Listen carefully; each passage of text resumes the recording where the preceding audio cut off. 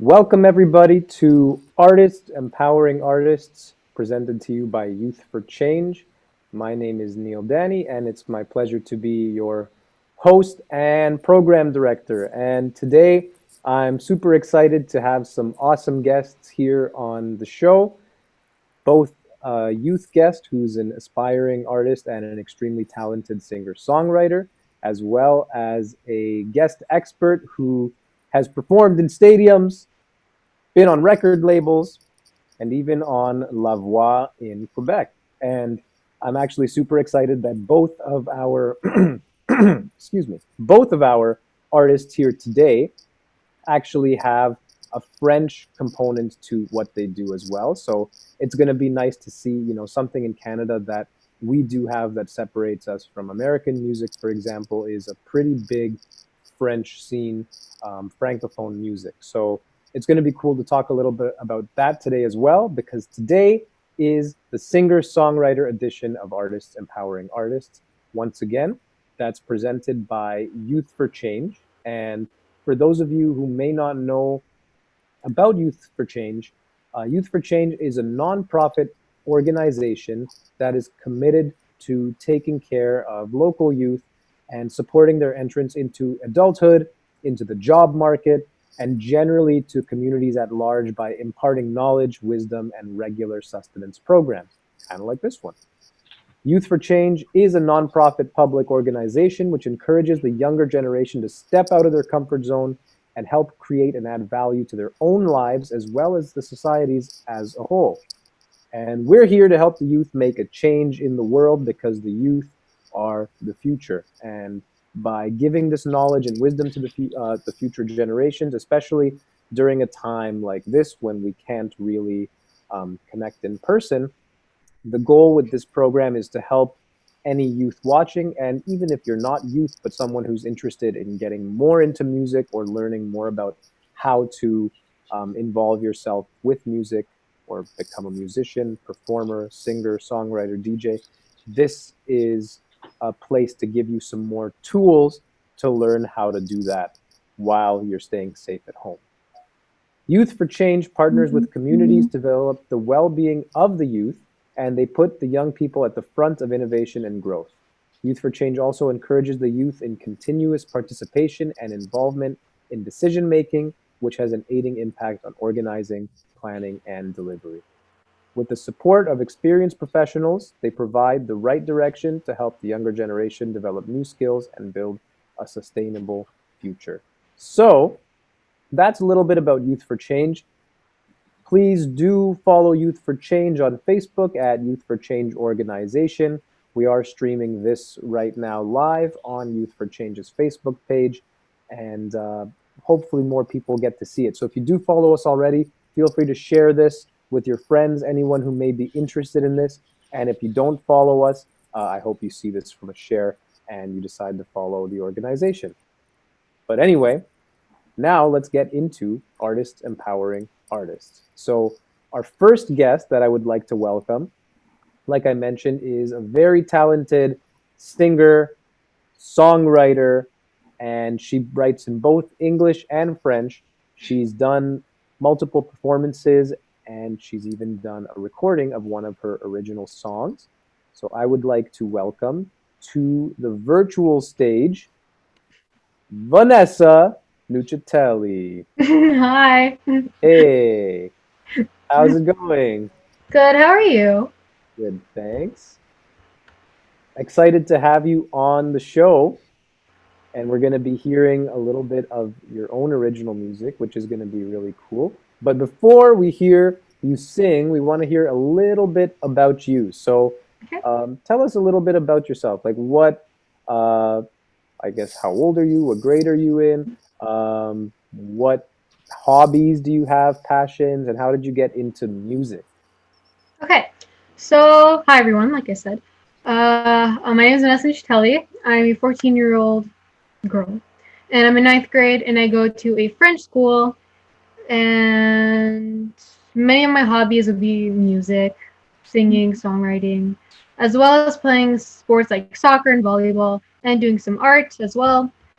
Uh, what can I say more about me? I play the guitar as well. I like I honestly would love to learn more instruments than only the guitar, but it's okay for now.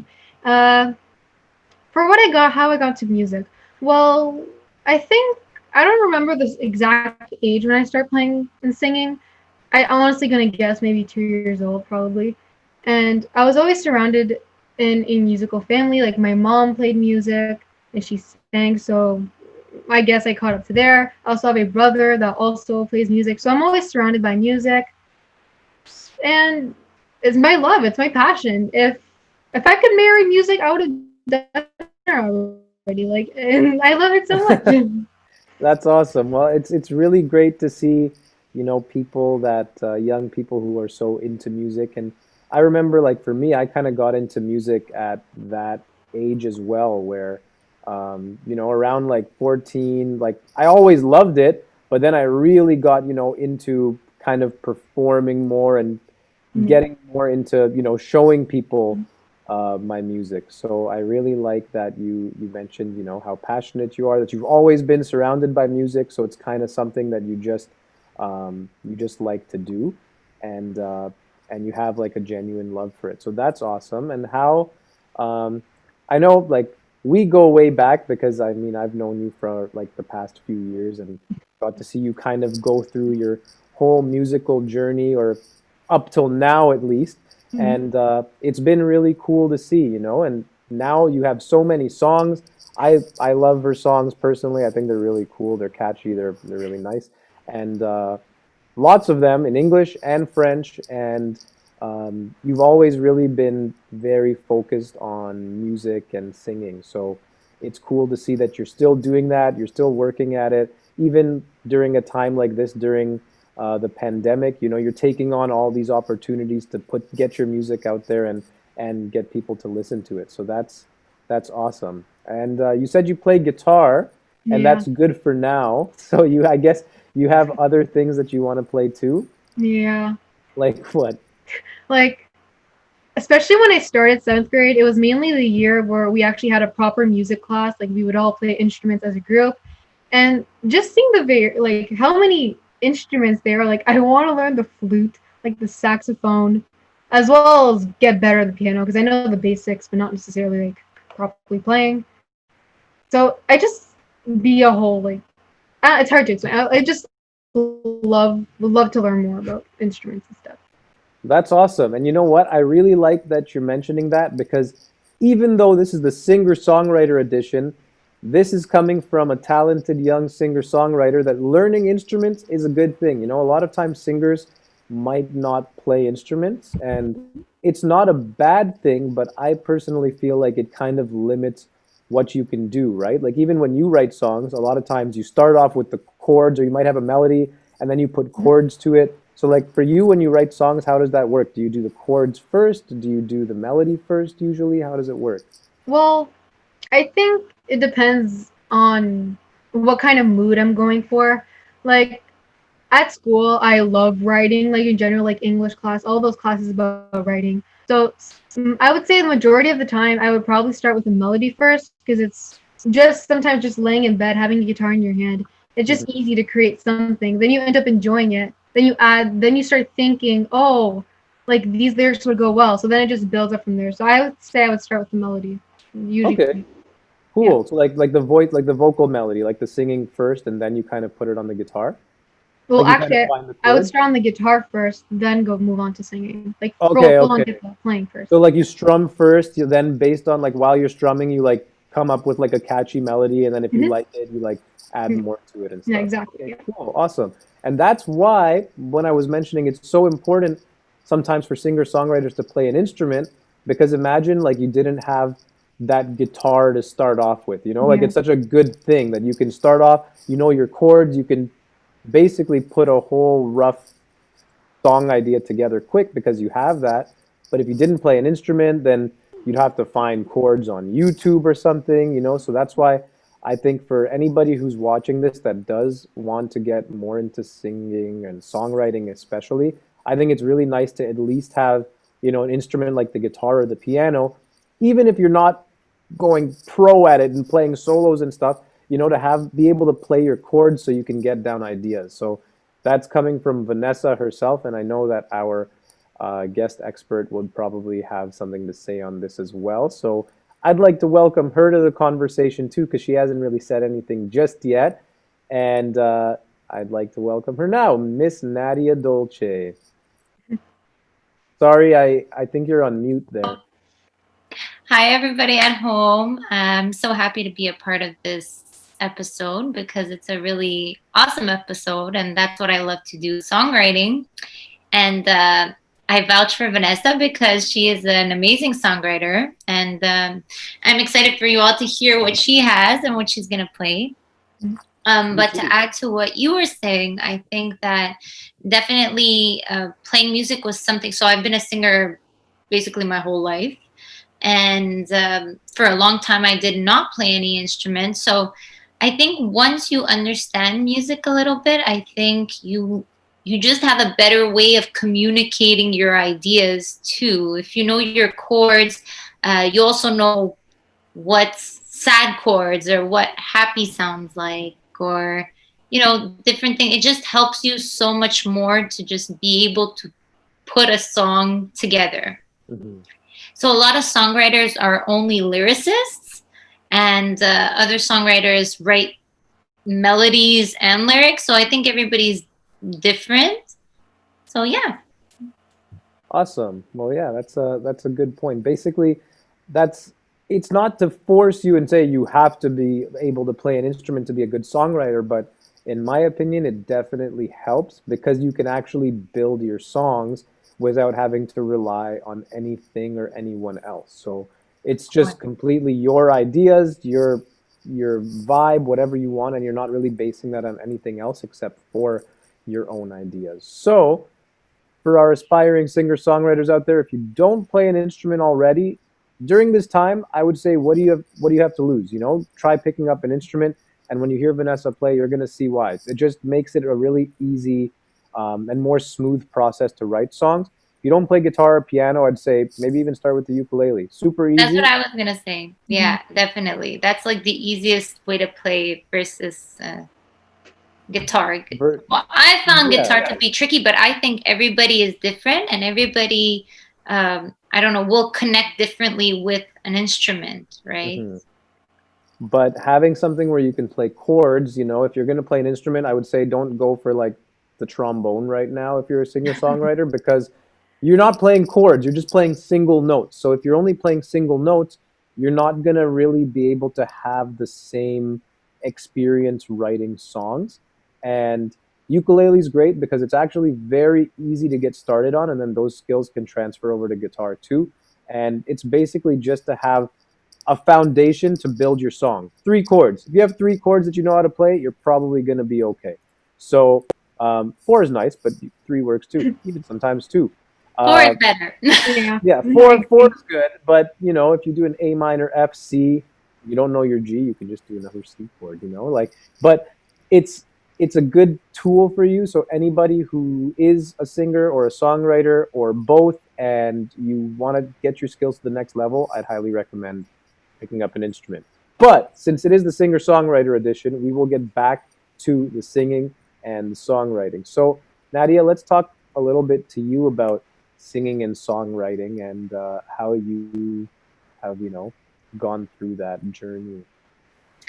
Well, so I started writing very, very young. So it started more like poems. And I think that was because my mom, she used to leave kind of like just papers with words lying around the house, and I would find them and I would say, "Oh, what is this?" And then she would tell me, "Oh, like I'm just writing down my feelings." And it would always be like these nice little poems. So I just picked up that habit really, really young, and I just would write. I have tons and tons of journals and diaries full of words, full of lyrics.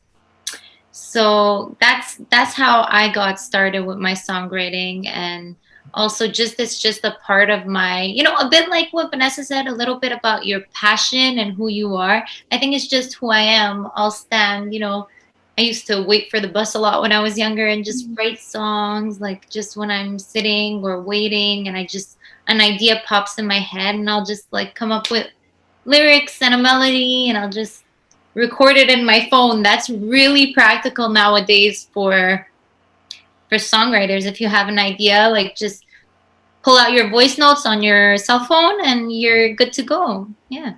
Nice. That's a good tip. Yeah, voice notes is really, really good because you can record your ideas anywhere. And that's one thing I want to get into too is just putting down all your ideas. But before we go into that, just kind of getting our audience to see too that, the way that Nadia mentioned, one way of writing is, you're just at the bus stop and you put something down in voice notes. That's a whole different process than the one that, Vanessa takes a lot of the time, which I feel like is a little more similar to the way that I do things personally too. Like most of the time, I'll start on an instrument. Yeah. And then when I have like something cool I like on the instrument, then I'll add like a melody to it. And then that helps me add more melody ideas. Sometimes I'll get just a melody idea without the instrument, so then I'll just record it on my voice note. So I actually do a little bit of both. Sometimes it may be even like a beat, so I'll just and have like a little idea that I have with that. So voice notes is a really good tool. But I would say a lot of times myself, I also end up, starting on an instrument and then building like melodies from that. And I don't know about you guys, but for me, usually the lyrics are last. What would Yeah. you say? Yeah. Because I know with you, Nadia, the lyrics are like they come pretty soon Well, the thing is, compared to I'm mine. somebody that writes on the spot. So I think, like, I'm sure there's a lot of people like me out there, but I know that you're not necessarily like that. But, like, I'll just pick my chords, kind of like you guys, because when I was talking about being on the at the bus stop, obviously I don't have my guitar. Like, I'm not gonna write on the guitar anyways. I would write on the piano. So that was the thing for me. So once I choose my chords, I already know what vibe I want to go into. If I'm gonna write something soulful, if I'm gonna write something sad.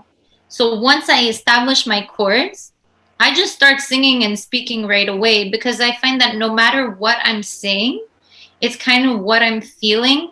And then the words just really come naturally, and that's where the song comes from. And then from those words, I keep building on the song to find my pre-chorus and to find my chorus. So it's tricky. Like for me, I've always found I have a lot of trouble writing bridges. I don't know if the audience at home knows, but I find I've always had a lot of the easy time to write or the verses, and then I'm looking for the chorus, or I write the chorus and then I'm looking for the verses, and then the bridge is usually the last thing that comes together for me. Hmm.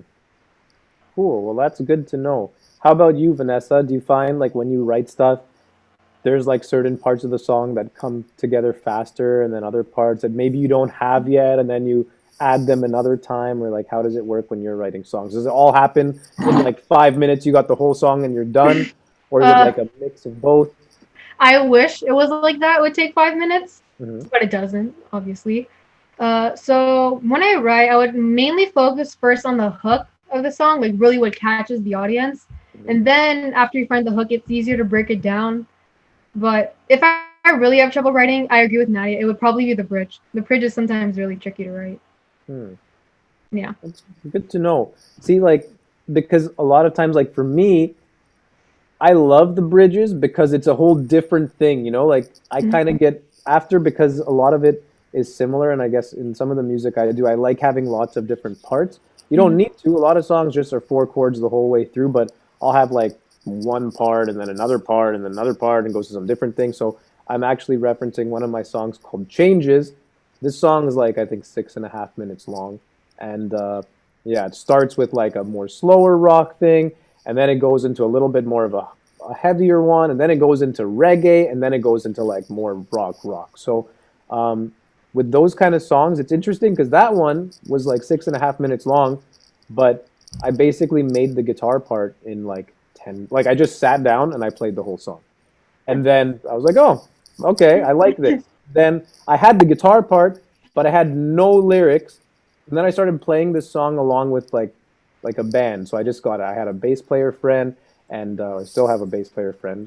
Shout out to Scola, and a drummer that I would play with as well, Joe. And so we would play this song together, and So then when I started playing it with them and jamming, then all of a sudden I started just kind of singing stuff at the same time. And then I came together like with my reggae part, and that's all I had. And I've even just performed this song, the whole thing instrumental, and I just sang the reggae part, and then I played the instruments, like the instrumental part again. Then I added a verse, and then like so over time it kind of came together more. So sometimes the songs might not come together right away, but don't get discouraged, like feel um, don't feel like, oh, I'm never gonna make this song work. Sometimes you just need the right idea at the right time, and so don't feel like you can't come up with it. You can always put a song on the side for a second and then bring it back later. Cool. So the bridges for you guys are what you feel are uh, are the tricky part. Yeah. Okay. And Oh, sorry. sorry, no, I'm go gonna ahead. let you ask the question, but I wanted to say something because you said, don't worry if it's not coming to you. And I think personally, I feel like when writing is really forced and you force yourself to write a song, Mm. it's not usually, it doesn't really come as naturally as when you put yourself in the position, like you picked up the guitar, you felt comfortable, you wanted to, and you just had that feeling. Hmm. So sorry, my dog is being a little rowdy right now. She's here with me at home and she's making all these noises. Sorry. She says, There we go. there she is. She's not feeling well, so she's kind of all over the place. I think she wanted to be a part of this songwriting She thing, but wanted to give her opinions. yeah. But Yeah. definitely, I think when you feel like you have to absolutely write a song, and it's like that for some songwriters. They have deadlines, and they're pitching for certain projects. So that's one thing that you could do as a songwriter. Sometimes somebody will be looking for a slow R&B track, and you could actually write for that pitch. Hmm. So that could be stressful because you feel forced. So it's really good as a songwriter to build your catalog. You want to have a catalog of songs available. Well, this all depends if you're going to be an artist or you want to write for other artists or you want to do both. So I don't know if that's something you ever thought about, Vanessa. So Yeah, like Vanessa, actually, let's go back. So, what are your like goals with music? What do you see yourself like in the future? Do you see yourself doing stuff with music? Do you see yourself doing something else and having music more like a hobby? Like what are your goals with music? Well, at a young age, my goal was to be a singer. Like even as today, I all I want is to be a singer, and songwriter, of course. That's literally all I want. I could spend hours in any day just writing or just singing, because that's literally all I want, to be a singer. That's awesome. And you know what? I kind of want that for you too. Like I hope you do that too because I actually like I've listened to Vanessa for years, right? Because I actually like we did lessons together and all that as well. And so I got to hear the good stuff, I got to hear all the songs. I got to hear her develop as a singer and her voice I is personally for me one of my favorites. Like I love hearing Vanessa sing and a lot of people, who hear Vanessa sing, um, like even your friend Tessa, her Tessa, mom, she's like, Vanessa, when she sings, it's so yeah. beautiful because it is your voice, the tone of your voice is so beautiful, and it sounds so nice, and the songs are good too. So you have all the ingredients to do a really good job. And I think especially for you, something like the French Canadian market, like you could do Yeah. so well. You could do so well in that market. And Nadia, you tell me if I'm wrong because you're the francophone expert, not me. I'm not a francophone expert, but I am from a francophone city, definitely. But I think Vanessa has a bright future. She's so young, and that's what this show is about, the youth. And you could see there's so much passion in our youth today. Hmm. And I could see it when she talks. She wants to be the next Celine. I could tell, and I think she has it in her. I think, yeah, like I think, You have to develop every aspect, and when the time is just right, it's gonna happen. mhm. But you have to believe it's gonna happen for you, Yeah. right? So And you that's know what. what? I think like that's one thing that the fact that you mentioned that, like Celine Dion, I think it's good because Vanessa's music too. There's you got to kind of find what your your style is and what your sound is. And I think already the cool thing about Vanessa is that she's kind of found that for herself. Like when I hear her songs, I can tell, okay, this is Vanessa's vibe. This is Vanessa's sound, you know? And it's not, there's different kinds of music that cater to different people, you know? So if you're writing something that's hip hop, especially that really new kind of hip hop, like you know NBA YoungBoy, for example, they're songwriters too. Though that's probably not gonna reach every audience. You know, that's probably not gonna reach the same audience that Celine Dion is reaching.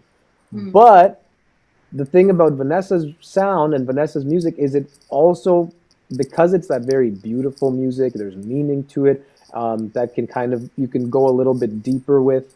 Uh, I would say she has pop and what's called adult contemporary almost. Even though she's not an adult yet, it's more mature music that, you know, young people may appreciate, but older audiences may appreciate too. So I just wanted to point that out, Nadia, because that's a very good reference that you made, you know? Like I think that's kind of what Vanessa wants to. And tell me if I'm wrong, but I feel like that's your place, you know, like you want to Mhm. make music that it's like you're doing the music for the sake of making good music, and you want to, you know, play music and be respected for being, you know, like a good singer and a good songwriter.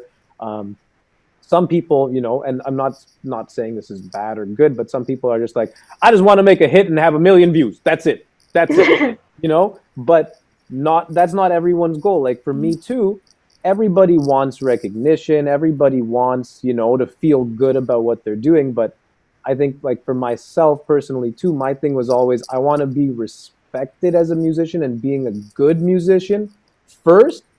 Then all the other stuff is great. I, you know, don't get me wrong, but if I have all that stuff and I'm not necessarily doing it in a way where I'm, you know, doing my best and kind of being the best musician I can be and be the best at my art, then it's, you know, then it's not going to feel the same. So I think it's cool that you want to, you know, do music and, you know, do it in the way that I feel is, you know, a good way to do it. You're doing things the right way. So great job. Keep it up. And we're excited to hear you. But before we hear you, I still have a few more questions. Okay. So let's talk a little bit about French music. And I think this is good for both of you. You know, if anybody has anything to comment, let me know. So, Vanessa, where did all this French music come from? I know, like you go to a French school. Your family speaks French. So how did you start saying, you know what, I'm going to start writing songs in French too? Well, I like to think that French is probably my first language than English because it's the first language that I learned on honestly. Hmm.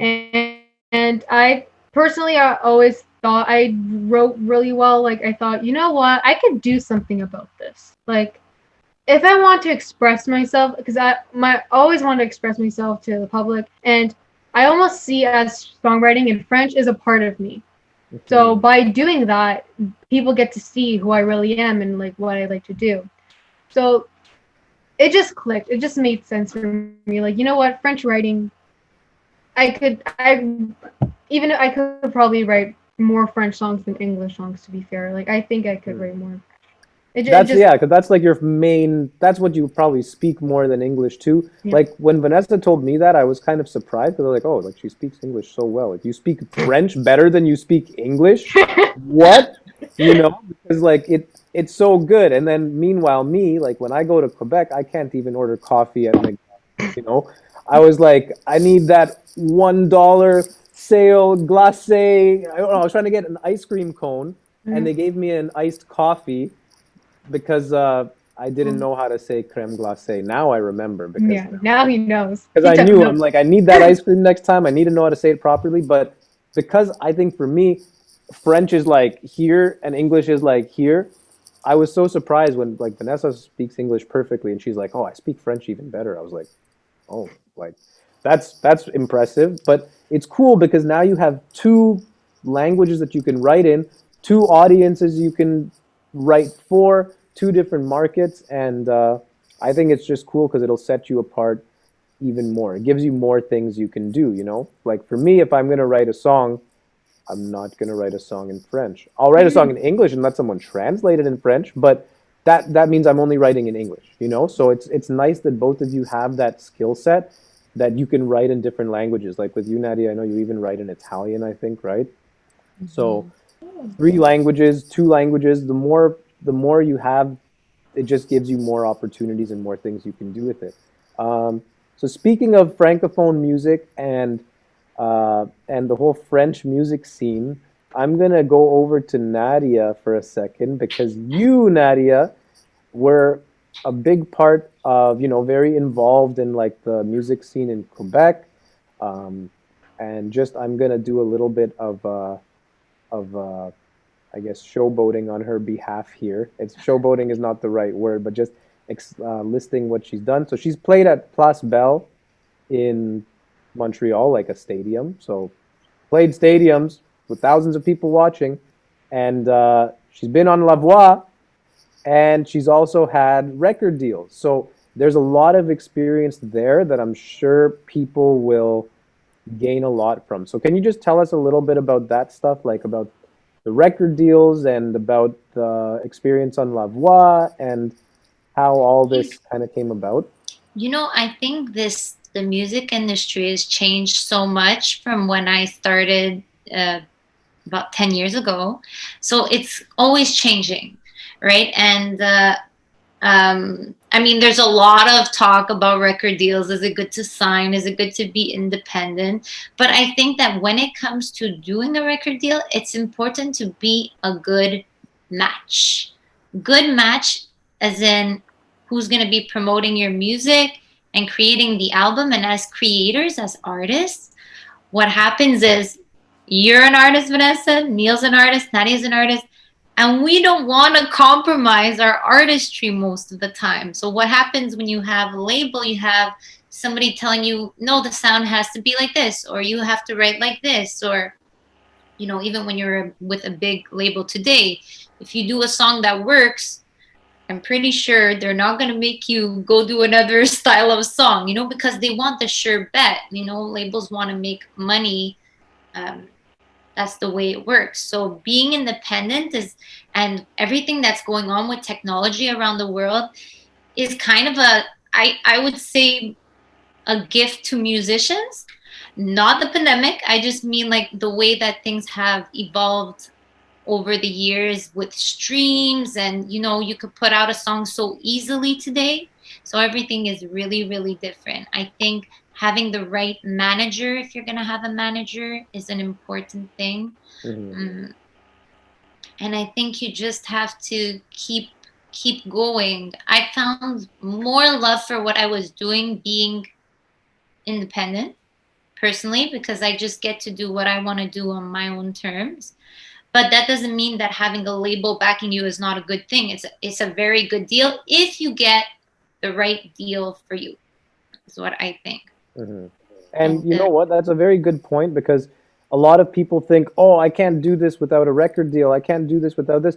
But a record deal doesn't necessarily mean it's going to all work out. There's very different record deals from very different record labels. And the thing about this day and age, like with the youth, like even for you, Vanessa, you in a way have it like you guys have so many resources. You can put music on Instagram, YouTube, TikTok, Spotify. Like you can put music everywhere, like when you're sitting at home.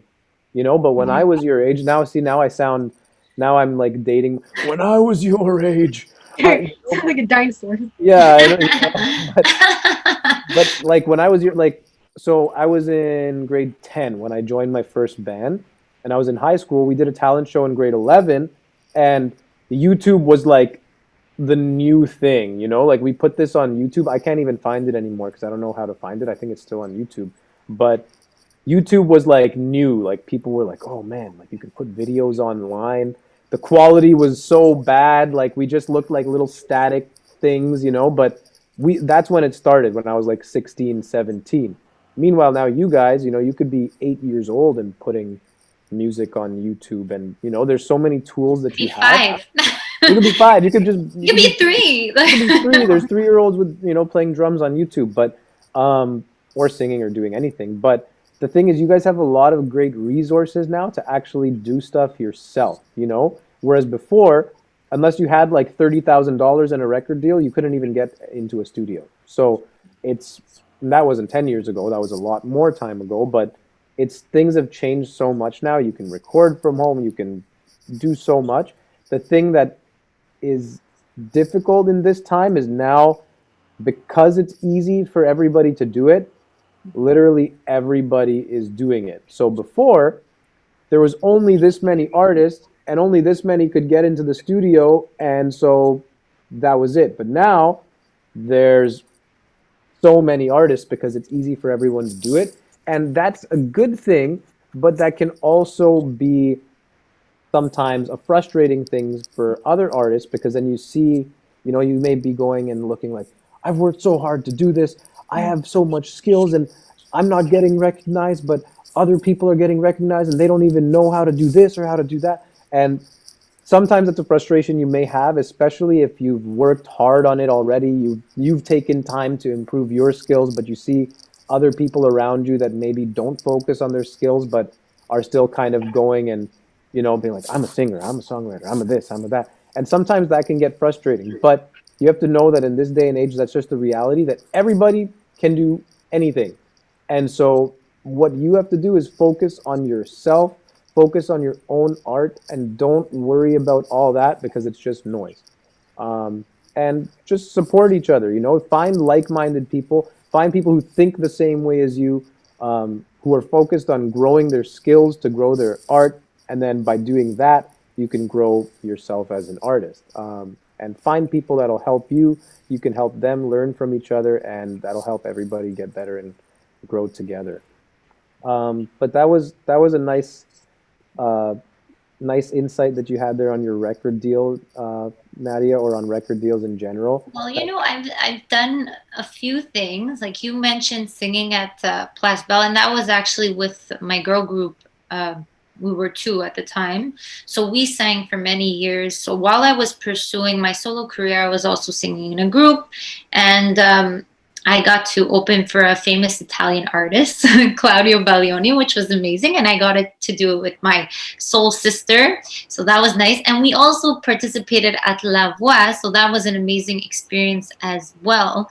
But yeah, I think like for sure, like for myself, even as an artist, I have not achieved everything I want to achieve, but I've done many things. Like I've played on radio, I've done music videos, so I've got a good taste of what being an artist is. Hmm. And I think what you said was very good, like saying that, everybody has access to resources today, and it's all about your drive.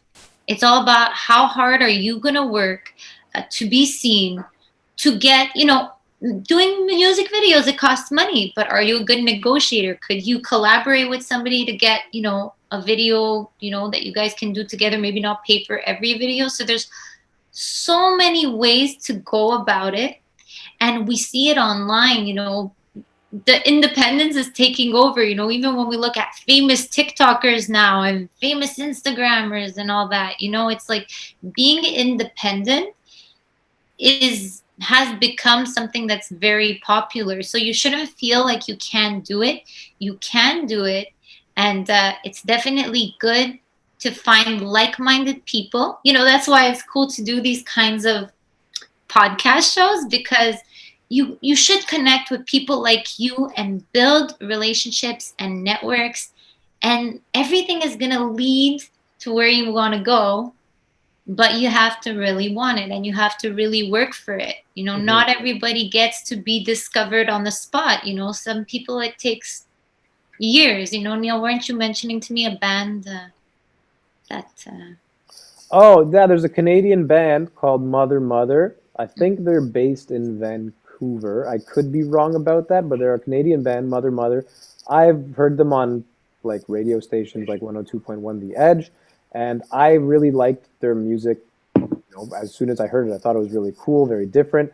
But they've been around for a long time, and now, thanks to TikTok, a song that they did in 2008 blew up on TikTok. 2008.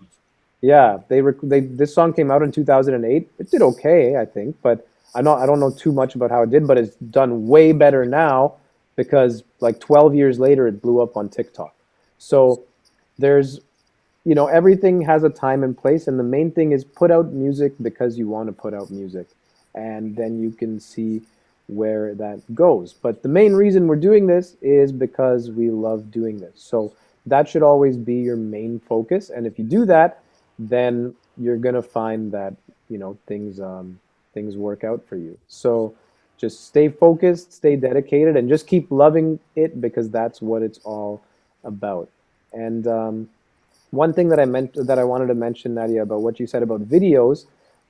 Videos do cost money, music videos, and the thing about for the youth that I want to mention is you guys are at a place, depending on where you are, like even for you, Vanessa, nothing you have a really nice voice that people will hear, or people will know what's good when they experience what good is, and that when people hear your voice, they're like, oh wow, that sounds really nice. They can hear a certain level of quality in it or a certain level of talent in it. So when people hear something good, they already recognize it. And the good thing about being young like you, like you're in grade 9, you have so much time that you can just record like you are now. Like just sit in your room, play your guitar, acoustic or electric, and sing along with it. And you could just post stuff like this on Instagram, on YouTube.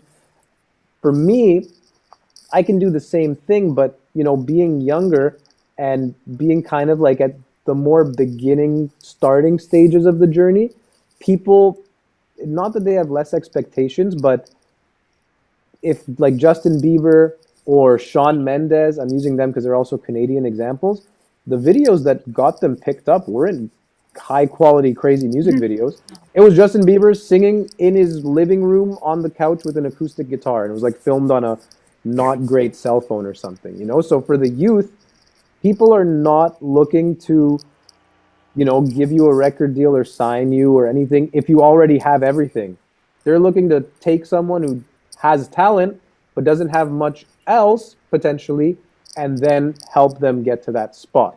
So one thing that I've found for me, I always make my videos, focus on being there. I'm a huge perfectionist, and I'm sure a lot of artists are, but making sure my videos look super professional, make sure the sound, the way I mix it and master it is super professional and sounds as good as a radio release or something like that. I focus a lot on those things, but the advantage that you guys have as youth is you're not someone who's already like a professional. You know what I mean? So it doesn't matter. You could just put anything out, and as long as you sound good doing it, it doesn't matter how high the quality of it is. It doesn't matter if it was recorded in a professional studio, because the main thing for you guys to do is get yourself out there and get people to hear you. If they like how you sound on a cell phone recording, then they're 100% gonna like how you sound in a studio recording. So at this stage, artists want to see the real you.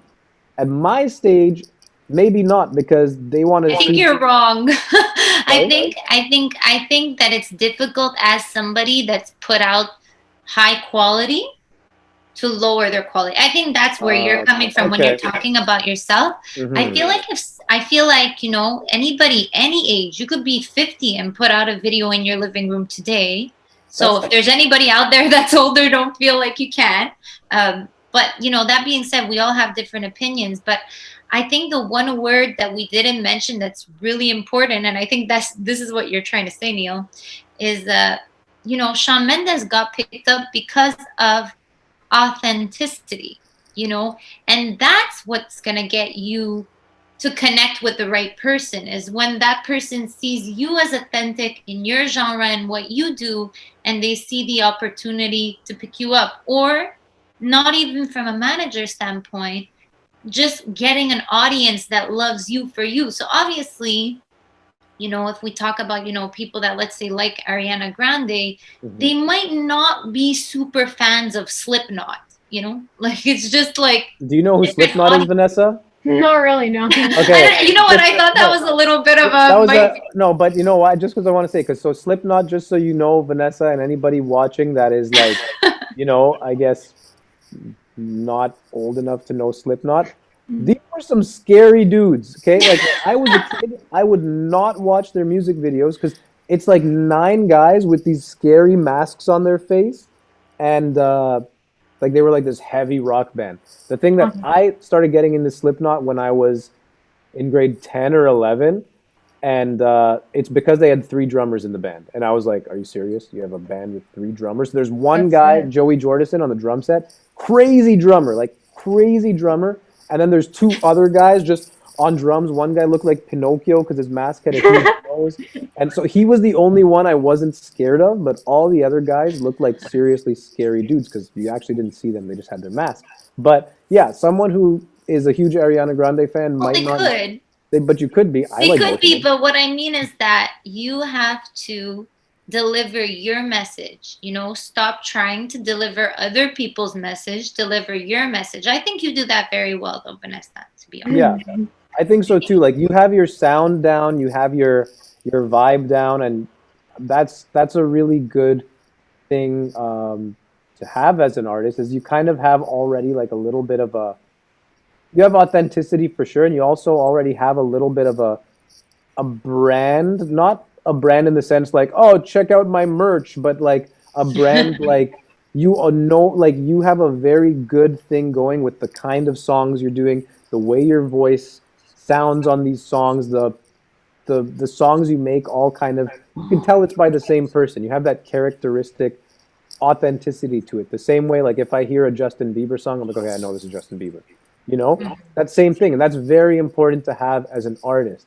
On this talk show, I did say in previous weeks, watch all the other ones. Even if you're not a singer, watch the singer-songwriter edition, or if you're not a songwriter, because you might find that the things you're interested about in music are more one thing than another. Like we're doing a musician edition, which we already did, singer-songwriter edition, DJ edition, producer edition. So if you find that, oh, what I like doing is writing songs and singing songs, then you're probably in the line of a singer songwriter. If what you like doing is making songs so that other people can sing on them, you're probably more songwriter producer. So try to, based on the conversations we're having, try to see where you fit the best as a viewer so that you can make the best decisions. Branding and having this one specific sound as a producer, it's a good thing to do depending on what kind of producer you are, but it's not as important because producers may work in different styles with different artists. But a singer songwriter, it's really important that you have your sound. Even someone like Julia Michaels, Yeah. Julia Michaels, she's a very popular songwriter. I can tell as soon as I hear a Julia Michaels song or a song by someone else, like I know Julia Michaels wrote it. I'm like I'm pretty sure Julia Michaels wrote this song or at least co-wrote this song because she has a very signature sound. So that's Well, one thing. Sorry, go ahead. you're mentioning this, and I think that's really cool because, we'll look at songs and say, oh my God, this sounds so much like, Phineas wrote it, or, there's so many people that we recognize in the sound. For But those I of you who think this don't is a know, really sorry. cool thing to look at home. When you hear a song you really like by a popular artist, like let's say Selena Gomez, go on Wikipedia and look at the songwriters, and you'll find that you'll be surprised to see a lot of artists co-write that you would not even expect that they co-wrote the song together, or you'll see same names. Obviously this is for you to talk about during the producer one, but there's producers, songwriters. Look at the credits and you'll see like artists like Megan Trainor, let's say she's written for so many artists, but you don't necessarily think of it. You don't think of her when you hear that song, but she's her own artist, and she also writes for other artists. So it's Mhm. cool. Yeah. And so let's say, Vanessa, even for you, let's say there's a song that you wrote and you're like, you know what? I like this song, but it doesn't sound as much like my other songs, right? Because you write songs, you can also have songs on the side that, like, you can even in the future give to other artists, and they're your songs, but other artists sing them and perform them. So, as a songwriter and a singer, there's so many things you can do because you don't even necessarily always have to sing your own songs. For you, I know it's a different story because you love singing as well. So for you, I'm sure you'd probably end up singing your songs at least for now. But something in the future, that's what people do is they'll be songwriters or they'll be singers, and then maybe People love their songs so much that other people start asking, hey, can you write a song for me? Can you write a song for me? And that might be something that works really well in the future too. But speaking of your songs, let's hear your song. Yeah. Yeah, she's Woo! ready. See, she has her guitar all ready to go. She's been waiting. She has her water Ready. All ready. right. So the song is called Infi, and in English will be One Girl. So go.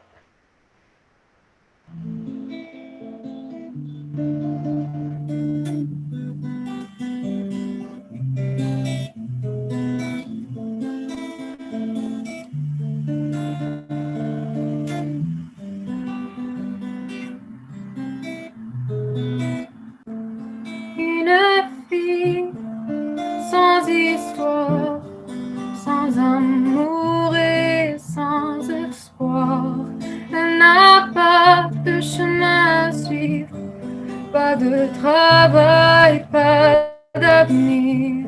Elle prend son bus tous les matins, sans connaître son destin. Marche seule tous les jours, désirant de meilleurs jours.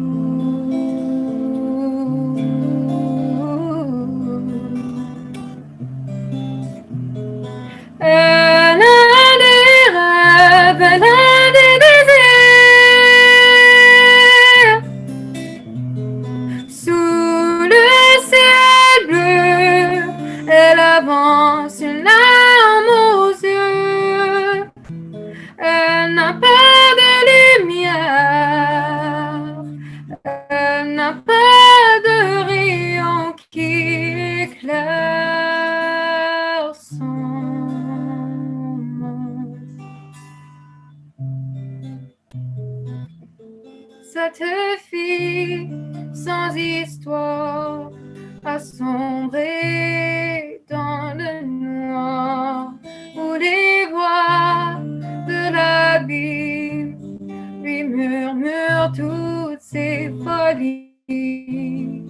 En silence, le cœur gros, elle essaye de voir plus haut, car en elle, tout enfoui, une force réagit.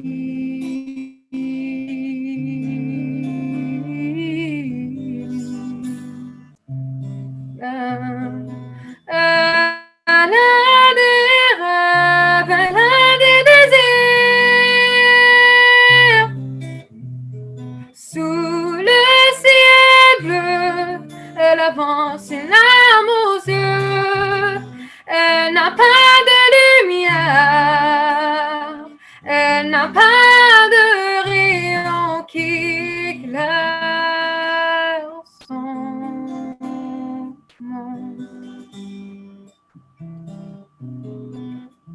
Se laisse un nouveau jour s'avance, s'écoule, le temps roule.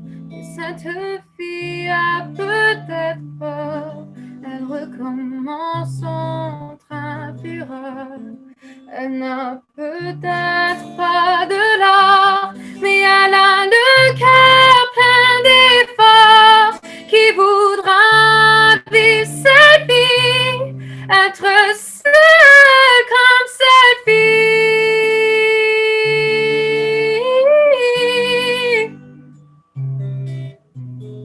Elle a des rêves, elle a des désirs.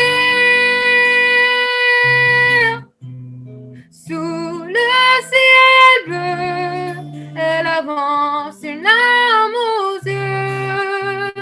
Elle n'a pas de lumière, elle n'a pas de rayon qui éclaire son monde. Son monde.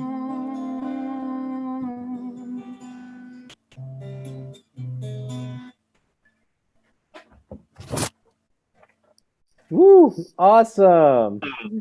That was Wow. so I know that good. Neil didn't understand a word, but I understood everything. It was beautiful. It was absolutely beautiful. Wow, like you really impressed me. You know, like when I hear like even your lyrics, they're just so beautiful in French. And you're also very talented in English. And Mhm. I love, and you know, I think Youth for Change is going to be putting your performance on the festival. So we'll get to also hear you in English. But this was very, very beautiful. So I love that you're singing about a young girl. Maybe you're singing about yourself. Maybe. When I Maybe. wrote the song, I wasn't really talking about someone in particular.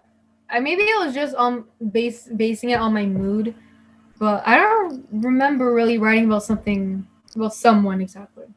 Mhm. Nice, but it's very nice. I'm sure a lot of Yeah, people would relate to it. But I I'll really let like Neil it. share.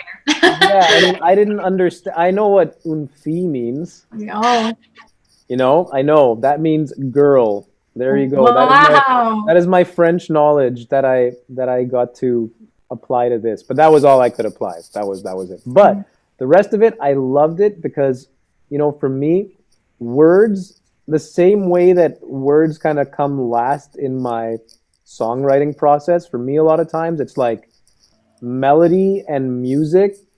I always latch onto those first. So even if I don't know the words, that's why I love listening to songs in different languages because it doesn't bother me if I don't know the words. I love the melody, you know, and your melodies I really think are nice. The tone of your voice is probably my favorite thing of when you sing. Like I really like the tone of your voice. Like I can hear you sing all day and not get tired of it. So um, I just yeah, I really love your voice, but also the songs that you write. You know, they you can tell me if I'm wrong, Nadia, because I don't know the words, but I could tell even just from hearing the melody that the word like the song has depth. You know, and it can speak to a lot of different people about a lot of things. And I like that you mentioned that you know you were just writing this based on a mood, so it's not only about you or about someone else, but you can write things that you know can be like a story, right? And that's kind of what it is. It's almost like a story that people can put their own experiences on, and that is what really good songwriters do. That you can take something and it might not even be about something specific, but because of that everybody can kind of put their own meaning on it when they hear it, you know. So I think you do a really good job of that, and yeah, I think you do really cool songs like one of them that she has called C'est la vie, which is one that I Yeah. really like, and I miss because we used to play it together a lot. Um, it's a good song, and it has a lot of depth. You know, for considering you probably even wrote it when you were like 11 or something. Yeah, So it's an old song. it's an old but gold song. That Oh. one is that's a good one. So oldie but a goldie. But yeah, it's really good, and I'm really happy that you performed this one for us today. It was awesome, and thanks so much for doing it. How did it feel to do a performance virtually like this? I know a lot of people haven't done it, but you've actually done virtual performances before too, like at the talent show that you did or the talent contest that you did. How does it feel to perform virtually versus performing live like normally? Well, I obviously miss performing live because performing live, I really enjoy almost having that connection with people. So Mm-hmm. virtual, it's kind of harder to feel that connection because all I see is a screen right now. Okay. But Do you see us on the screen though? yeah, I see you guys on the screen. Okay, okay. Because my thing is all has always been like with virtual, and I was talking about this with someone else. I almost feel like in a weird way you get more of a connection certain ways by doing it online because you never have this like when you're playing you don't usually see people's faces when you're on stage, you know, you actually just see like a blur, like you don't actually see anyone's face, you know. It's so you get the connection like of being in the same place, but I almost feel like this it's almost more, you tell me you could feel more or less. I don't feel like you feel intimidated when you perform anywhere and anymore, which is great, but this is almost more intimidating for people because now you have people all up in your face when you're performing, you know, where usually when you're live people are far away to the point that you can kind of make everyone just a blur, you know. I think But me personally, it's more like being on the stage, like the stage with the lights. You just feel like, Yeah. you know, and mhm, it's also, the energy you get from the room. I think that's probably what Vanessa misses. Yeah, that's what I This mean. is like the Yeah. feeling, the when you're feel, singing and you just feel like, somebody's listening to you. Mhm. yeah, Yeah. But I get it what you mean too, Neil, because online it's like, I don't know. I guess I find online a bit intimidating. Like I think, Yeah. but I mean, it's tough to tell just because you could just see little faces, like you said. Like I think, like when you're performing live, you don't necessarily pinpoint, but I think there's different pros and cons to both. I would say. yeah, Because for sometimes sure. when you're live, you see people like on their phones, like they're not paying attention to you, Yeah. or online. I find when I'm live, like on, I don't. I mean, usually I kind of don't pay attention to that stuff, but like Yeah.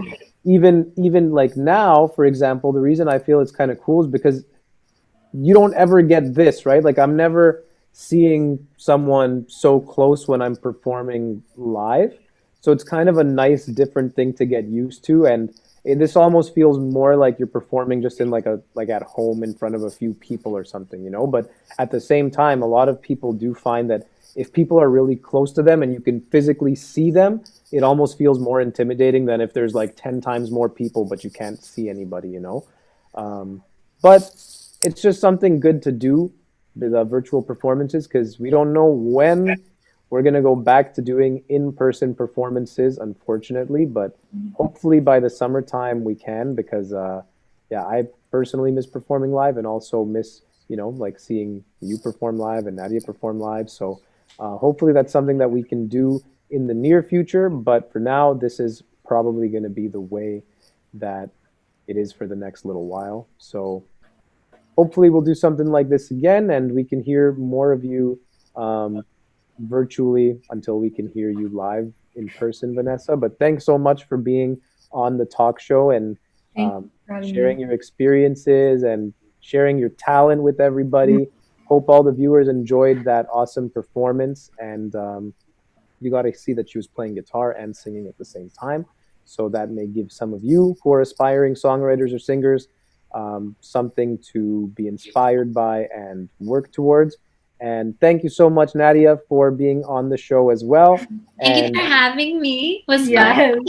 yeah, it was awesome. I'm really happy that you guys were able to be on the show today. I think it worked out really well because now we got to hear the singer-songwriter perspective, but also the francophone perspective, which is very important and a very big part of the Canadian music scene that both of these talented singer-songwriters are part of. So thanks again so much for being here, and thank you to all of our viewers for tuning in.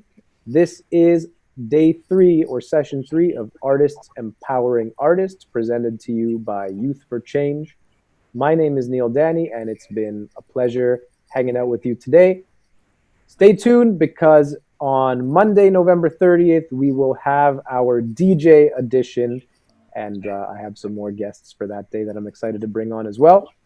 Until then, all the best, stay safe, and keep up the music. See you soon. Bye.